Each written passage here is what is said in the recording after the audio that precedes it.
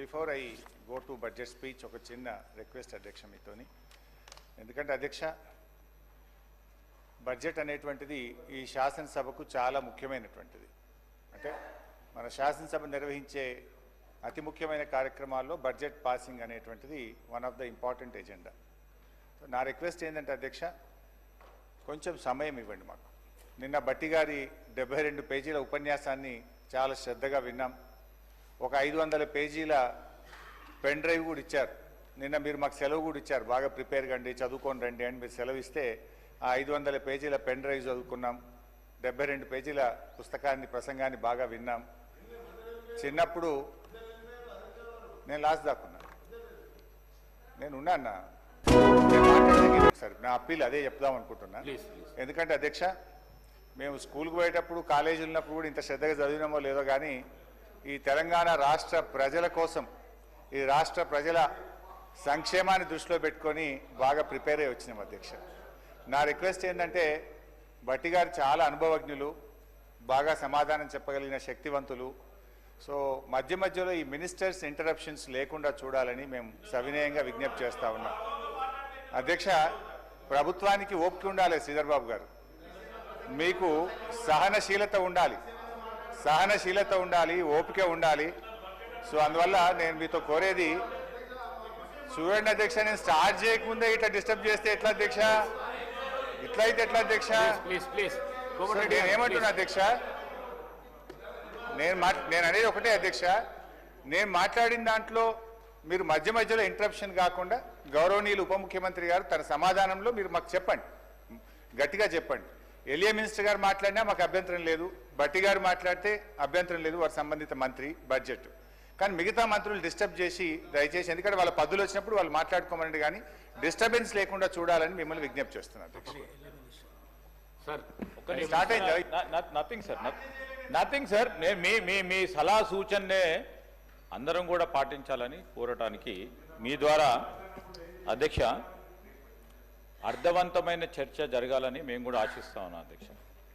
వారు సీనియర్ శాసనసభ్యులు, వారు మాట్లాడే సందర్భంలో అంతా కూడా సత్యం మాట్లాడతానని ఆశిస్తాం. వాస్తవాలకు దగ్గరగా ఉండే అంశాలు మాట్లాడితే కూడా మా వాళ్ళు అందరూ హర్షిస్తారు అధ్యక్ష. మీ నిబంధనల ప్రకారం ఆ పరిధిలో మాట్లాడమనండి సార్, ఎంతసేపు అయినా మాట్లాడమనండి. We will welcome, because is input is also required. Senior శాసనసభ్యులు, డెఫినెట్లీ ఆయనకున్న అనుభవం కూడా మాకు ఉపయోగపడుతుందని ఆశిస్తూ ఉన్నాం. డెఫినెట్లీ ముందుకు తీసుకెళ్లే ప్రయత్నం. కానీ మీరు కూడా క్రోడీకరించి మాట్లాడారు, ఎందుకంటే మీకు అనుభవం ఉంది కనుక దీర్ఘంగా మాట్లాడకుండా మేము చెప్పే 10 వాక్యాలు మీరు ఒక వాక్యంలో చెప్పగల శక్తి ఉంది మీకు.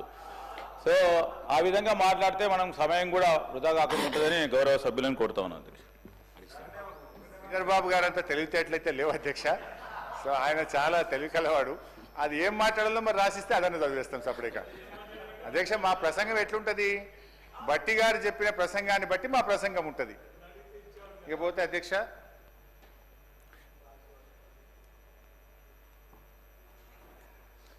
ఓటాన్ అకౌంట్ బడ్జెట్తో కలిపి ముచ్చటగా 3 బడ్జెట్లు ప్రవేశపెట్టిన గౌరవ ఉప ముఖ్యమంత్రి బట్టి విక్రమార్క గారికి నా అభినందనలు అధ్యక్ష.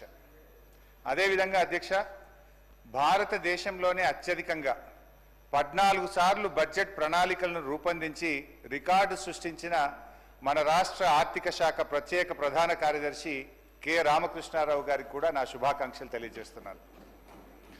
అధ్యక్ష బడ్జెట్ ప్రసంగంలో నిజాలను ప్రచారంలో పెట్టాలని బట్టి గారు నీతులైతే బాగానే చెప్పారు అధ్యక్ష.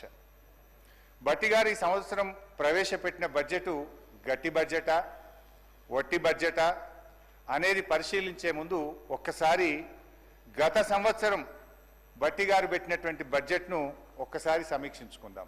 Before we go to this year ఒకసారి లాస్ట్ ఇయర్ బట్టి గారు పెట్టినటువంటి బడ్జెట్ ఎలా ఉంది దాన్ని సమీక్షించుకొని నేను ఈ సంవత్సరం బడ్జెట్లోకి వస్తాను అధ్యక్ష. వారు అప్పుడు ఏమన్నారంటే అధ్యక్ష, బట్టి గారు మీద ప్రసంగం ఉందా లాస్ట్ ఇయర్ది పంపాలి, నా కాపీ నాది మొత్తం మీ ప్రసంగంలో నుంచే నా స్పీచ్ ఉంటుంది, పంపంటే కాపీ పంపుతారు, 2 తెచ్చుకున్నా. అధ్యక్ష బట్టి గారు గత బడ్జెట్లో పోయినసారి ఇదే సభలో చదివినప్పుడు ఏం చెప్పారంటే అధ్యక్ష, పేజ్ నెంబర్ 6, 10 ఏళ్ల తర్వాత వాస్తవానికి దగ్గరగా ప్రణాళికాబద్ధమైన బడ్జెట్ను తొలిసారిగా మా ప్రభుత్వం శాసనసభలో ప్రవేశపెట్టింది అని అన్నారు అధ్యక్ష. ఇది అబద్ధమా నిజమా ఇప్పుడే తేల్చేద్దాం. గత బడ్జెట్లో 2,91,159 కోట్లని గొప్పగా చెప్పుకున్నారు. ఇది వాస్తవిక అంచనాలు అని చెప్పారు. నేను ఆ రోజే చెప్పాను అధ్యక్ష, ఇది అవాస్తవిక అంచనాలు, ఇది రీచ్ కాదు అని చెప్పి నేను ఆ రోజే ఈ సభలో చెప్పాను అధ్యక్ష. ఇవాళ రివైజ్డ్ ఎస్టిమేట్లో ఏం పెట్టారు అధ్యక్ష? 27,000 కోట్లు తక్కువ చేసి చూపారు. ముఖ్యమంత్రి గారు నిన్నో మొన్నో ఎక్కడో మాట్లాడుకుంటూ మా బడ్జెట్ 60-70 వేల కోట్లు లోటు ఉంటుందని చెప్పి ముఖ్యమంత్రి గారు సెలవిచ్చారు అధ్యక్ష. అంటే గతంలో మీరు చెప్పిన అంచనా అవాస్తవము అని ఈరోజు తేలిపోయింది అధ్యక్ష. అధ్యక్ష, ఫస్ట్ ద ప్రామిస్ రిఫార్మ్స్ అంటే ఈ కాంగ్రెస్ది ఒక సూట్ అయ్యేటువంటి ఒక చిన్న కోడ్ చెప్తాను అధ్యక్ష. First they promise reforms, then they reformed their promises. అధ్యక్ష, పైన చెప్పిన కొటేషన్ ఎవరు చెప్పిండ్రో కానీ ఇది కాంగ్రెస్ పార్టీకి బాగా సూట్ అవుతుంది అధ్యక్ష.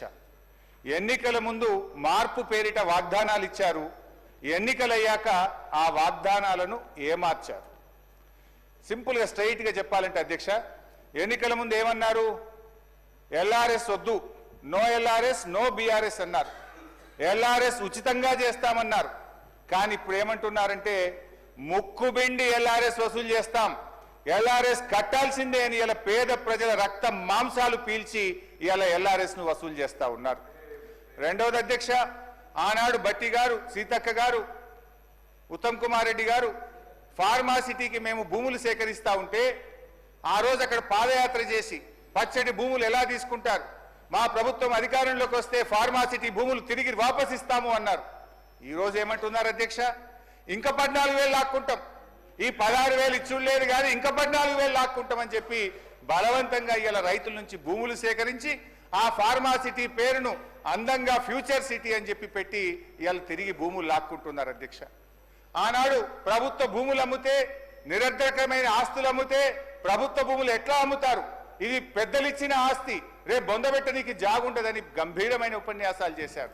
ఇవాళ ఏమంటున్నారు? బరాబర్ భూములు అమ్ముతామంటున్నారు. ఇవాళ 30,000 కోట్ల రూపాయల భూములు అమ్మకానికి పెట్టినారు అధ్యక్ష. అంటే అప్పుడేమో they promised reforms, now they reform there promises. ఈ రకంగా ఉంది అధ్యక్ష. ఇకపోతే అధ్యక్ష, గత సంవత్సరం బడ్జెట్లో చెప్పిన కొన్ని విషయాలు పరిశీలిద్దాం. పేజ్ నంబర్ 15 అధ్యక్ష. పోయినసారి బట్టి గారు చెప్పినటువంటి బడ్జెట్లో పేజ్ 15 బట్టి గారు చూసుకోండి. పేజ్ 15లో ఏమన్నారంటే అధ్యక్ష, రైతుకు నిజమైన మేలు జరగాలనే ఉద్దేశంతో మా ప్రభుత్వం ఒక్కసారి 31,000 కోట్ల రుణమాఫీ చేయాలని సంకల్పించింది. ఇప్పటికే ఇచ్చిన మాట ప్రకారంగా 2 లక్షల రుణమాఫీకి అవసరమైన 31,000 కోట్ల రూపాయలను సమీకరించుకున్నాం. అంటే డబ్బులు రెడీ పెట్టుకున్నాం. ఈసారి బడ్జెట్లో ఏం చెప్పిన అధ్యక్ష?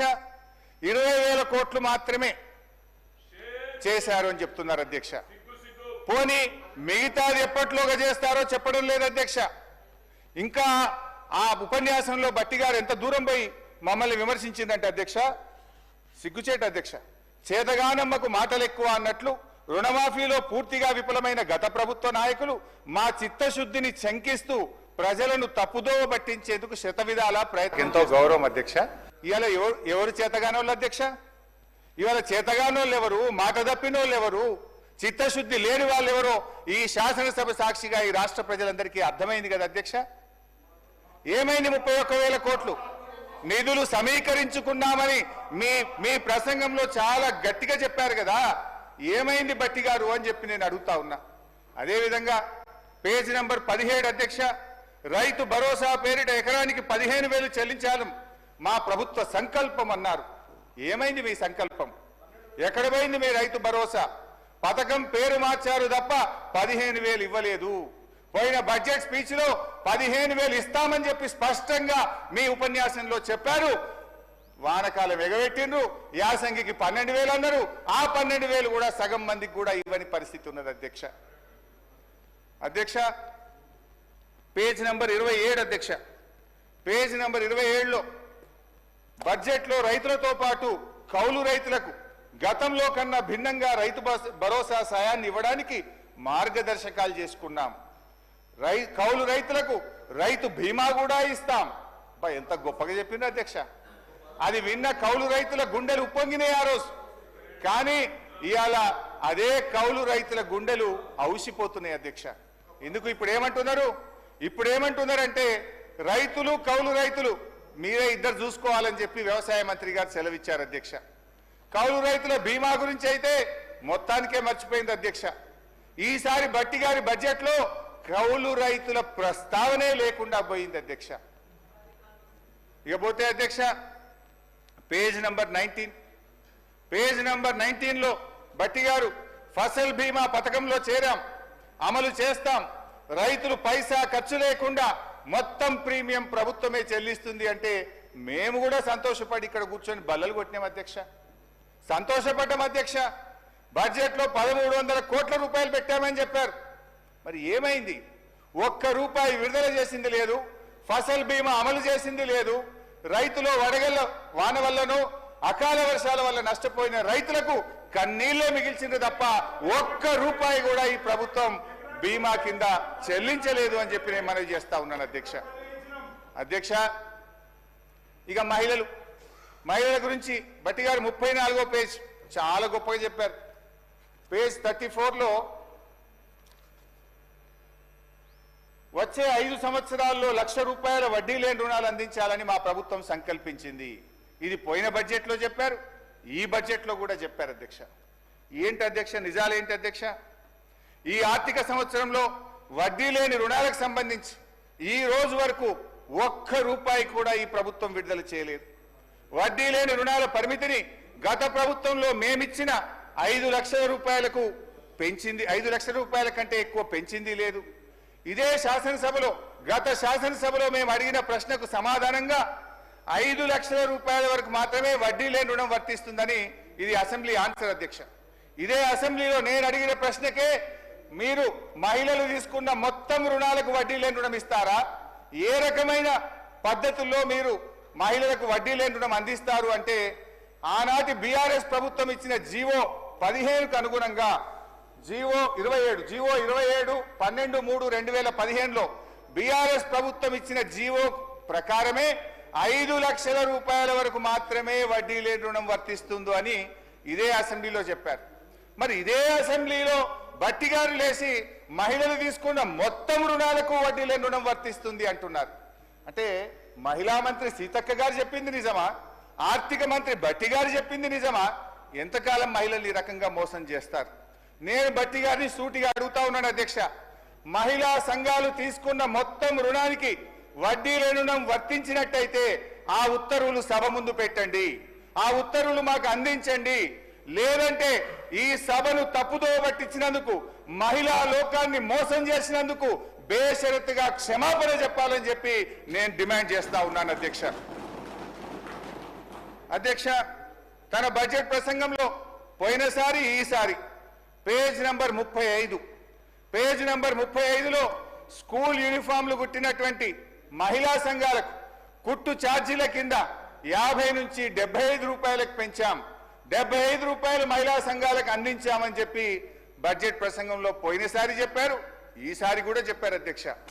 నేను భట్టి గారిని అడుగుతా ఉన్నా, ఈ రాష్ట్రంలో ఏ ఒక్క గ్రామంలోనైనా ఏ ఒక్క మహిళా సంఘానికైనా ₹75 కుట్టుకూలి అందించుంటే ఆ మహిళా సంఘం పేరు చెప్పండి, ఆ గ్రామం పేరు చెప్పండి, లేదా క్షమాపణ చెప్పండి అని చెప్పి నేను కోరుతా ఉన్నాను అధ్యక్ష. ఇకపోతే ఇందిరమ్మ ఇండ్లు బడ్జెట్ బుక్లో పోయినసారి పేజ్ నంబర్ 27లో ప్రతి నియోజకవర్గానికి 3500 ఇండ్ల చొప్పున 4,50,000 ఇండ్లు కడతామని దానికి బడ్జెట్లో నిధులు పెట్టామని చెప్పారు అధ్యక్ష. మేము కూడా బల్లలు కొట్టినాం, వాళ్ళు కూడా బల్లలు కొట్టిండ్రు, నిజంగానే వచ్చేసిన ఇండ్లు అనుకున్నాం అధ్యక్ష. కాంగ్రెస్ పాలనలో, కాంగ్రెస్ యొక్క 16 నెలల పాలనలో 4.5 లక్షల ఇండ్లు కాదు కదా, 4 ఇండ్లు కూడా కట్టలేదు అధ్యక్ష.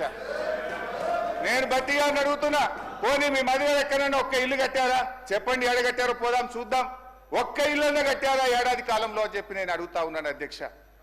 ఇంకా బాధ కలిగేది, పాపం ఈ రాష్ట్రంలో దళితులు, గిరిజనులు, మా బిడ్డ ఉప ముఖ్యమంత్రిగా ఉన్నాడు, మా బిడ్డ ఆర్థిక మంత్రిగా ఉన్నాడు, మాకు మేలు చేస్తాడని చెప్పి ఆశించారు అధ్యక్ష. పోయినసారి 24-25 బడ్జెట్ ప్రసంగంలో ఎస్సీ ఎస్టీలకు 1 లక్ష రూపాయలు అదనంగా ఇచ్చి పేదలు ఇండ్లు కట్టుకుంటే 6 లక్షల రూపాయలు ఇస్తాం, అందరికీ 5 లక్షలు ఇస్తాం, దళిత గిరిజనులకు 6 లక్షలు ఇస్తామని బట్టిగా తన ప్రసంగంలో చెప్పారు. ఈ సంవత్సరం ప్రసంగంలో చూస్తే ఆ 1 లక్ష రూపాయలు మాయమైపోయింది అధ్యక్ష.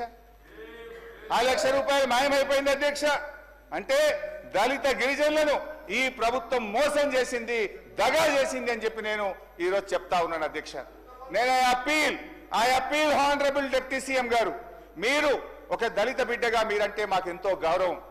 ఈ రాష్ట్రంలోని దళిత గిరిజనులకు కాంగ్రెస్ పార్టీ మేనిఫెస్టోలో చెప్పిన విధంగా, పోయినసారి బడ్జెట్ ప్రసంగంలో మీరు ఇచ్చిన హామీ విధంగా 1 లక్ష రూపాయలు పెంచి ఈ రాష్ట్రంలో ఎస్సీ ఎస్టీలు ఇండ్ల నిర్మాణానికి 6 లక్షల రూపాయలు ఇవ్వాలని సవినయంగా మీ ద్వారా వారికి విజ్ఞప్తి చేస్తున్నాను అధ్యక్ష.